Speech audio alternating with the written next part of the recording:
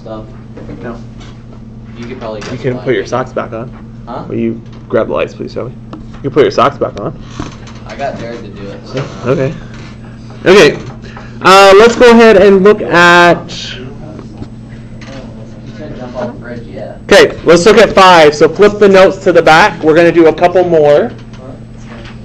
Guys, it's enough. We're going to do a couple more, and then I'm going to give you time to finish the homework, which you should be able to get done by the end of the class. Let's look at 5. So flip it to the back of the notes. We're going to look at 5. Now we're going to get to a little harder one. So what I notice about 5 is if I look at step 1, do I have either equation x equals or y equals? No.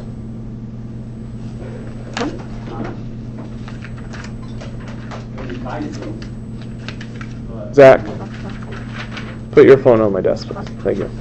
So as I look at 5, do I have either equation x equals or y equals? No. So what we're going to look at first is we need to solve an equation for x or y. Okay? So we are going to solve the equation for either x or y. So as I look at 5, my top equation, what do I do on my top equation to get y equals? Minus 2x minus 2x.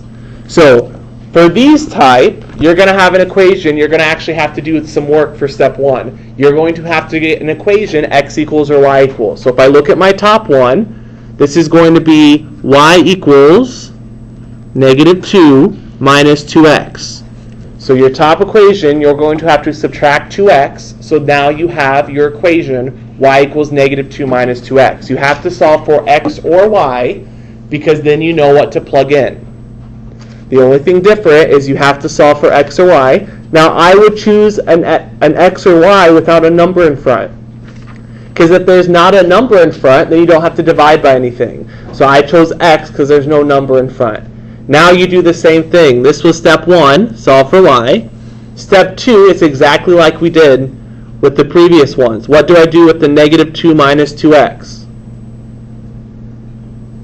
Plug it in where?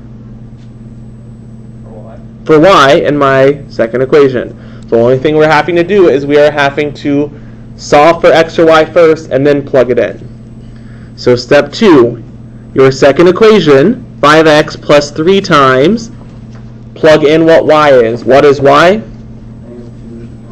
My negative 2 minus 2x, and that is equal to negative 8.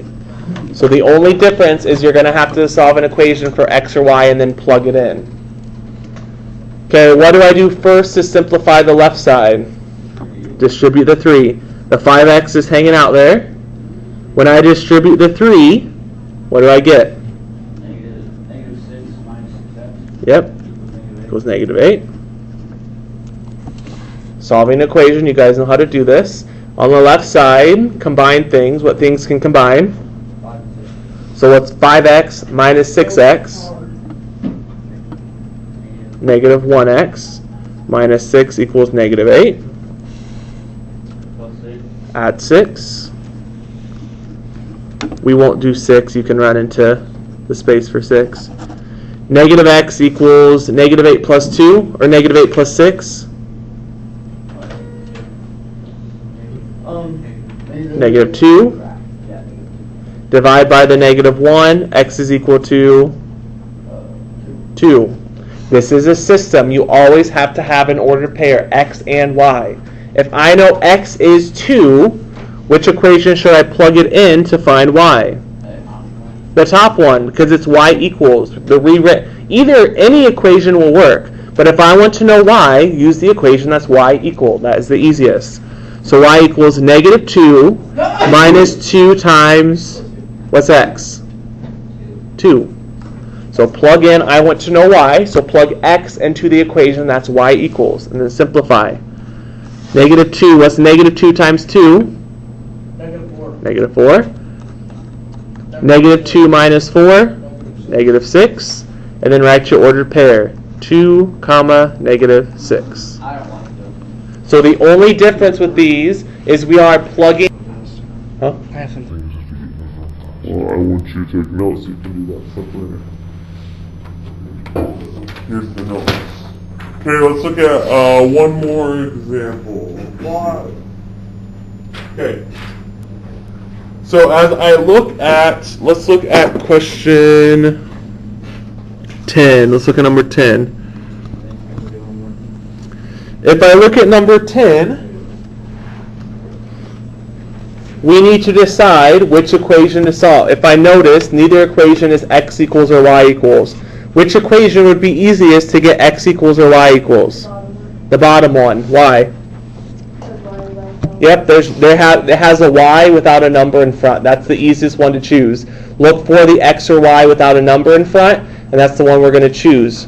So how do I get y alone from this bottom equation? Minus 2x minus 2x. So that's the first thing you need to do. If you have an equation that's not x equals or y equals, you have to solve for x or y, because you have to know what to plug in.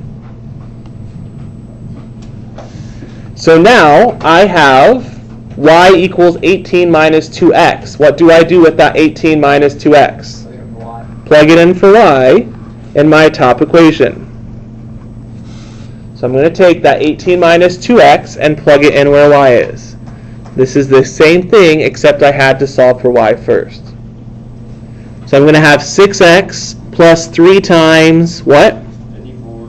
Well, write it out first. 3 times 18 minus 2x equals 54. Okay?